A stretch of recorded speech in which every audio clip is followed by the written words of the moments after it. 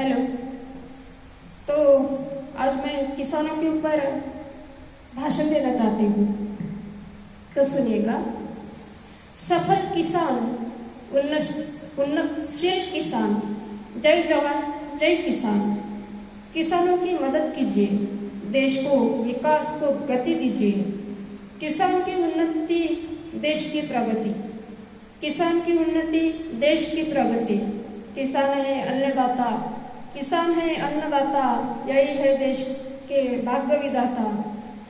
देश का विकास करेगा किसान जब संपूर्ण बनेगा, देश का विकास करेगा किसान जब संपूर्ण बनेगा। ईमानदारी मेहनत जिसकी शान है, वह मेरे देश के किसान है। किसान की चमकदार तस्वीर देश की उन्नति की तकदीर है। देश की प्रगति अधूरी तो किसान के विकास के बिना नहीं होगी पूरी। अन्नदाता की मदद कीजिए, देश को उन्नतशील बनाइए। जय जवान जय किसान, जय जवान जय किसान।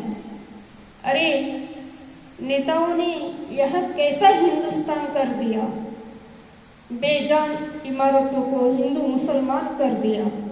राजनीति का रंग भी बड़ा अजीब होता है दोस्तों, राजनीति का रंग भी बड़ा अजीब होता है दोस्तों। वही दुश्मन बनकर देश की जनता को खा जाते हैं साथियों, देश की जनता को खा जाते हैं साथियों। तर एका शेतकऱ्यावर अतिशय सुंदर स्वतः तयार केलेलं हे भाषण आहे।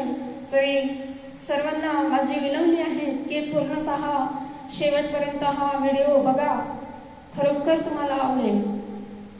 हातात नांगर घेऊन चालणं ही आमची संस्कृती आहे, हातात नांगर घेऊन चालणं ही आमची संस्कृती आहे। पण अन्यायाविरुद्ध हातात तलवारी घेऊन लढणं हा आमचा इतिहास आहे, हा आमचा इतिहास आहे। हे देखील तुम्ही याद राखा, अन्यथा क्रांती आम्हालाही देखील घडवून आणता येते, तेही तुम्ही याद राखा। आम्ही छत्रपती शिवाजी महाराजांचे वारसदार आहोत, वारसदार आहोत। आणि आज लाखो करोडो मावळ्यांची फौज रस्त्यावर आली आहे। खबरदार! जमलेला माझा तमाम माता भगिनी बंधू भगिनींना सर्वप्रथमतः या जय जिजाऊ जय शिवराय। तर जिस दिन मराठी शुरू करेंगे लाडा, जिस दिन मराठी शुरू करेंगे लाडा, आमच्या पूर्वी म्हणतील चला रे तलवारी काढा, चला रे तलवारी काढा। तर खरं तर आज आपण जमलेला माझा सकल मराठा बांधव स्वतःच्या न्याय हक्कासाठी 350-400 वर्षानंतर एकत्र झालेलो आहोत। खरं तर आमच्या महाराष्ट्राच्या भूमीचा इतिहास आम्हाला सांगतो काय? अहो, आमच्या महाराष्ट्राच्या भूमीचा इतिहास नेमका लिहिला कोणी? कुठल्या ऐऱ्या गैऱ्याने लिहिला नाही किंवा कुठल्या लुंग्या सुंग्याने लिहिला नाही। तर मग या महाराष्ट्राचा इतिहास नेमका लिहिला कोणी? या महाराष्ट्राचा इतिहास लिहिला शेराच्या डफानं, गोळ्याच्या टपानं, तलवारीच्या लखलखट्यानं, मोगल्याच्या छताड्यानं, हिरव्या हिरव्या शालीनं, सह्याद्रीच्या डालीनं आणि छत्रपती शिवाजी महाराजांच्या लखलखत्या संसारीनं बांधवांना या महाराष्ट्राचा इतिहास लिहिला।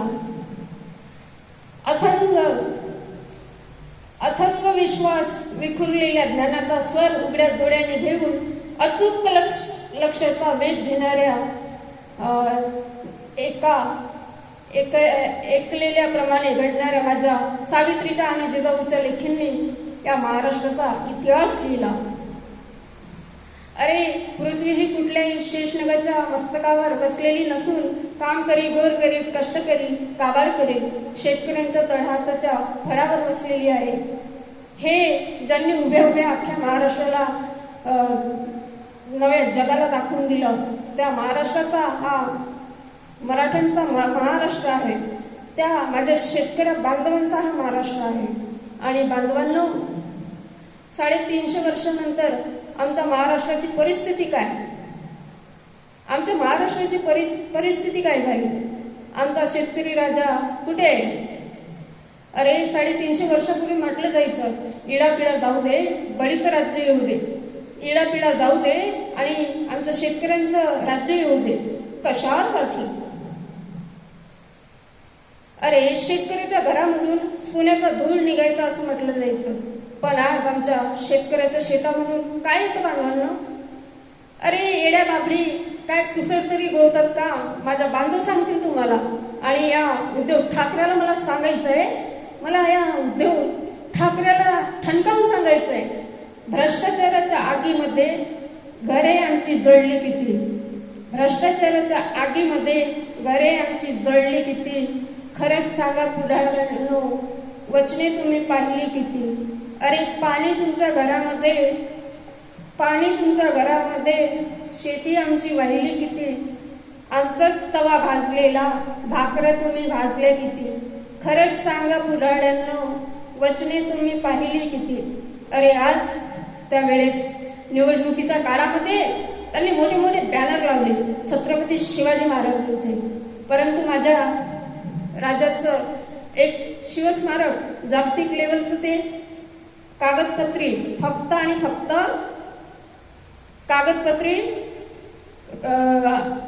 फक्त योजनेच्या स्वरूपात आहे. अरे शनखाया, ते बॅनर अस्तित्वात कधी येणार, त्याला अस्तित्वात कधी आणणार? आणि म्हणून माझा सखल मराठा बांधव आज रस्त्यावर उतरलेला आहे. आणि हो आम्हाला आमच्या न्याय हक्कासाठी, न्याय अस्मितेसाठी उठायचं आहे. आम्ही म्हणतो 350 वर्षापूर्वी छत्रपती शिवाजी महाराजांचा कायदा काय सांगत होता? अरे आया बहिणींच्या आबरूला हात घालणाऱ्याचा चौरंग केला जायचा, 2 हात आणि 2 पाय कलम करून त्याला मृत्यूच्या दारी ढकललं जायचं. परंतु आज आमच्या माता भगिनींचा कायदा कुठे आहे? आणि म्हणून या उद्धव ठाकरेला मला पुढचा जबाब मला विचारायचा आहे. उद्धव ठाकरेला मला पुढला जबाब विचारायचा आहे. कौरव येथे माजले आहे, पांडवाच्या हाती सत्ता नाही. कौरव येथे माजले आहे, पांडवाच्या हाती सत्ता नाही आहे. रोजच होतं द्रौपदीचा वस्त्रहरण, तरी समाजामध्ये श्रीकृष्णाचा पत्ताच लागत नाही. ही वस्तुस्थिती महाराष्ट्रामध्ये झाली आहे मित्रांनो. आणि म्हणून या उद्धव ठाकरेला मला सांगायचं आहे, अरे उद्धव ठाकरेला मला ठणकावून सांगायचं आहे, अरे कितपत आमच्या माता भगिनींनी हा नेस अत्याचार सहन करायचा, कितपत सहन करायचा. अंगात नाही रक्त आणि हनुमानाचा भक्त, ती हनुमानाची भक्ती आपल्या घरात दाखवू, आपल्या परिवारात दाखवू. म्हणून मित्रांनो, आज आपण सकल मराठा, लाख मराठा बांधव रस्त्यावरती उतरलो आहे. बांधवांनो, मी एका ग्रामीण भागातील मुलगी आहे, शेतकऱ्याची पोरगी आहे. मला माहिती आहे माझ्या शेतकरी आई बापांच्या घरामध्ये पिकतं काय. अरे हाडाची काळी आणि रक्ताचं पाणी करणारा माझा मायबाप आहे. आज आम्हाला जर तोंडाला भाकर मिळाली तर उद्या मिळेलच याचा ठेकाच सांगता येत नाही मित्रांनो. आणि ही परिस्थिती आज आपल्या महाराष्ट्रावरती निर्माण झाली आहे. माझ्या शेतकरी बापावरती ही परिस्थिती निर्माण झाली आहे. और हेलो उद्धव ठाकुर, तेरे को आखिर रिपब्लिक भारत से दिक्कत क्या है? क्या तेरा बर्तन चुराया क्या, कि तेरा बाथरूम को इस्तेमाल किया रिपब्लिक भारत ने? बोल, सवाल का जवाब दे. हिम्मत अगर होगी तो सवाल का जवाब दे. अर्नब गोस्वामी सर ने क्या गलती की है? क्या गलती की अर्नब गोस्वामी सर ने? हाँ, क्या गलती की? 60 पेजेस का पन्ना लिखकर भेज रहा है तू, गुंडा. बोल, जवाब दे. हिम्मत अगर है तो जवाब दे. अर्नब गोस्वामी को नोटिस भेजी तूने, चोरी चोरी चुपके चुपके, वो भी 60 पन्ने की. और तुझे क्या लगता है अर्नब गोस्वामी 60 पन्ने को पढ़कर रिपब्लिक भारत का चैनल बंद कर देगा, मुहिम बंद कर देगा? अरे उद्धव, ऐसा हो ही नहीं सकता. क्योंकि वो रिपब्लिक भारत का चैनल है, समझा? क्योंकि 130 करोड़ लोग हम अर्नब गोस्वामी सर के साथ में हैं, समझा? तुझे नफरत इस बात की हुई है, मैं बताती हूँ कि रिपब्लिक भारत सच को सामने ला रहा है, सच को दिखा रहा है, इसलिए तुझे नफरत हो रही है। ऊपर से उन हैवानों को परेशान नहीं कर रहा है उद्धव तू, जो लोग लगातार सुशांत सिंह राजपूत के कैरेक्टर को खत्म कर रहे हैं, उनको नहीं रोक रहा है तू उद्धव। इसे पता चलता है कि सुशांत केस में उद्धव ठाकुर इन्वॉल्वमेंट है, उद्धव तो इन्वॉल्वमेंट है। इसे पता चलता है कि उद्धव की पूरी सरकार इसमें इन्वॉल्व है, सुशांत सिंह केस में और दिशा सालियान के केस में। अरे उद्धव, तू पाखंडियों की जैसे पीछे से वार करता है, हिम्मत है तो आना पूना सिटी में। इतनी हिम्मत है तेरे में तो सामने आके बात करना, पाखंडियों की जैसे पीछे से वार क्यों कर रहा तू? कभी रिपब्लिक भारत पे, तो कभी कंगना दीदी पे, तो कभी आम आदमी पे, तो कभी पत्रकारों को गिरफ्तार कर रहा, तो कभी अर्नब गोस्वामी को नोटिस भेज रहा 60 पन्ने का। ऐसी कौन सी गलती की? अर्नब गोस्वामी ने क्या उखाड़ा तेरे बर्तन चुरा लिए क्या? कि तेरे बीवी को छेड़ा है? सच को सामने दिखा रहा है, इसलिए तू हमको सजा दे रहा है क्या?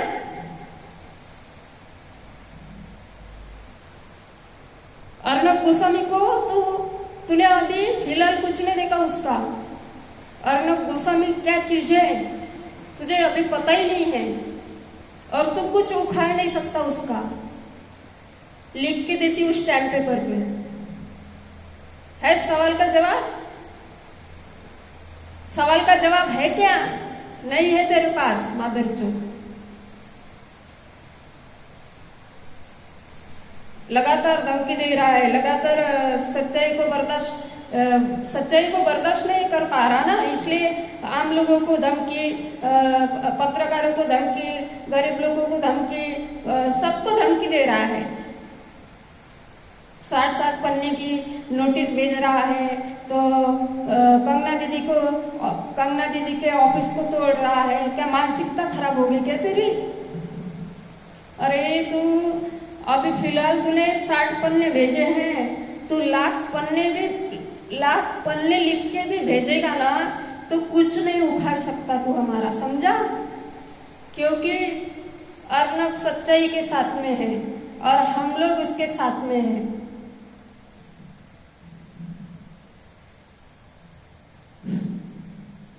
दो महीने से सच्चाई को सामने ला रहा है वो इंसान, सच को दिखा रहा है और जनता उसे देख रही है। और डायरेक्ट तूने बोल दिया उद्धव कि पूरा रिपब्लिक भारत को मत देखो तुम लोग। उद्धव, तेरे को पता ही नहीं कि जनता भगवान है, जनता जनार्दन है। जनता जो देख रही है वो गलत नहीं देख रही है, जनता जो देख रही है वो गलत नहीं देख रही है। अगर दम है तो रिपब्लिक पे जाके एक इंटरव्यू दे दे उद्धव ठाकुर, समझा? आखिर सुशांत सिंह और दिशा सालियान केस से तुझे प्रॉब्लम क्या है? क्या प्रॉब्लम है उद्धव ठाकरे तेरे को? क्यों तेरे को इतनी नफरत हो गई है रिपब्लिक भारत से? सबको धमकी दे रहा है, सबकी उखाड़ लेगा तू, उखाड़ लूंगा मैं। सुबह सुबह तू गुड मॉर्निंग का इस्तेमाल भी नहीं कर रहा है। उखाड़ लूंगा मैं, उखाड़ लूंगा मैं, उखाड़ लूंगा मैं। अभी किसको उखाड़ लेगा तू? जरा सामने तो आ। इतनी हिम्मत है तो रिपब्लिक के जाके अपने जवान बेटे को एक इंटरव्यू दिलवा देना। कोरोना के महामारी में बॉम्ब नहीं पाड़ी तुम्हें और उधर वार कर रहा है इसके ऊपर उसके ऊपर। तेरी मानसिकता खराब हो गई है। मेन बात तो ये है। अरे तूने हमारे संविधान का भंग किया है, भंग, समझा? और तू बाला साहेब ठाकरे की औलाद नहीं है। तू बाला साहेब ठाकरे की औलाद नहीं है, सुअर की औलाद है तू, सुअर की। और मुझे पता है तू मेरे को भी जेल भेज सकता है, तो हम जाने के लिए तैयार हैं। लेकिन एक बात सुन ले, तेरी औकात मेरे घुटनों तक नहीं पहुंचती और तू हाथ मेरे गले तक पहुंचाएगा। लगा ले जितना दम लगाना है, तो मेरी आवाज क्या दबाएगा। छल्ली कर दे सीना मेरा इन लूले लंगड़े हथियारों से, मेरे जिस्म का कतरा कतरा भी भारत माता की जय चिल्लाएगा, समझा? और प्रिय चक्रवर्ती, तू सती सावित्री बनने की कोशिश मत कर। तू नहीं बचेगी और तुझे हम बचने नहीं देंगे। किसी भी हालत में तू नहीं बचेगी। खुद के स्वार्थ के लिए तूने हमारे फैन की जान ले ली है और तुझे क्या लगता है तू बचेगी? नहीं बचने देंगे तुझे, हम नहीं बचने देंगे। हम कैंडल नहीं, हम रस्सी लेके निकले हैं, रस्सी। तुझे बचने नहीं देंगे। और लास्ट में मैं एक ही बात बोलना चाहती हूँ, नका ठेवू वाईट नजरा या जिजाऊंच्या लेखीवर, नका ठेवू वाईट नजरा या जिजाऊंच्या लेखीवर, कारण पेटून उठला महाराष्ट्र मराठ्यांच्या ऐटीवर, पेटून उठला हा महाराष्ट्र मराठ्यांच्या ऐटीवर। आणि हो, जर आपण 150 मराठा आमदार निवडून देतो आणि जर या 150 आमदारांनी आपल्याला न्याय मिळवून देणं शक्य झालं नाही, तर आपल्याला आरक्षण मिळवून देणं शक्य झालं नाही, तर या मराठा आमदारांनी त्यांच्या खुर्च्या देखील तोडाव्यात।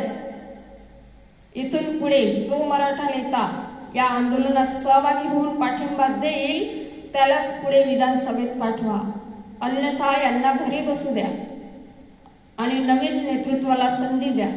तुम्ही आम्हाला कितीही थांबवलं तरीही आम्ही थांबणार नाही। आम्ही महाराजांच्या मावळ्या आहोत। मागे हटणं आमच्या रक्तातच नाही, मागे हटणं आमच्या मातीतच नाही। जर न्याय मिळवून देणं शक्यच होत नसेल तर तसं सांगा, कायदा विसरून तलवारी हातात घेऊ रे, तलवारी हातात घेऊ। या सरकारला सांगते, तुला मला उद्देश करण्याचा किंवा त्रास देण्याचा कुठलाही हेतू नाही, परंतु समता बंधुता घटनेत असलीच पाहिजे। आरक्षण मिळालंच पाहिजे, अधिकार मिळालाच पाहिजे, बॉलिवूडचा नंगानाश रद्द झालाच पाहिजे, शेतकऱ्याच्या मालाला हमी भाव मिळालाच पाहिजे, ॲट्रॉसिटीचा गैरवापर थांबलाच पाहिजे, न्याय अधिकार मिळालाच पाहिजे। सरकार मायबाप, मुकाट्यानं आमच्या मागण्या माफ करून द्या। जमत नसेल तसं सांगा। गांधीजींनी जसं इंग्रजांना चले जाव करून सोडलं, तसं तुमच्याही शासनाला चले जाव केल्याशिवाय हा मराठा स्वस्थ बसणार नाही। तसंच सुशांत व दिशा यांना जोपर्यंत न्याय मिळत नाही तोपर्यंत आम्ही स्वस्थ बसणार नाही। आणि तू उद्धव ठाकूर सुनले, तू यात काय बिघडवतं ते बघतोच। खबरदार, जब नील गगन में केसरिया लहराएगा, तब होश ठिकाने आएगा। और अर्नब गोस्वामी सर को मैं बोलना चाहती हूँ कि आपके साथ मैं नहीं, लाखों करोड़ों फैन है, पूरा भारत देश आपके साथ है। आप डरो मत, बेफिक्र रहिएगा। और बॉलीवुड के सितारों कान खोलकर सुन लो, बॉलीवुड के सितारों कान खोल के सुन लो।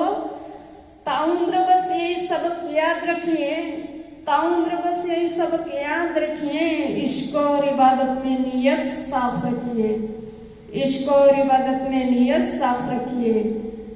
बॉलीवुड है हम सबका, बॉलीवुड है हम सबका, नहीं किसी के बाप का। बॉलीवुड है हम सबका, नहीं किसी के बाप का।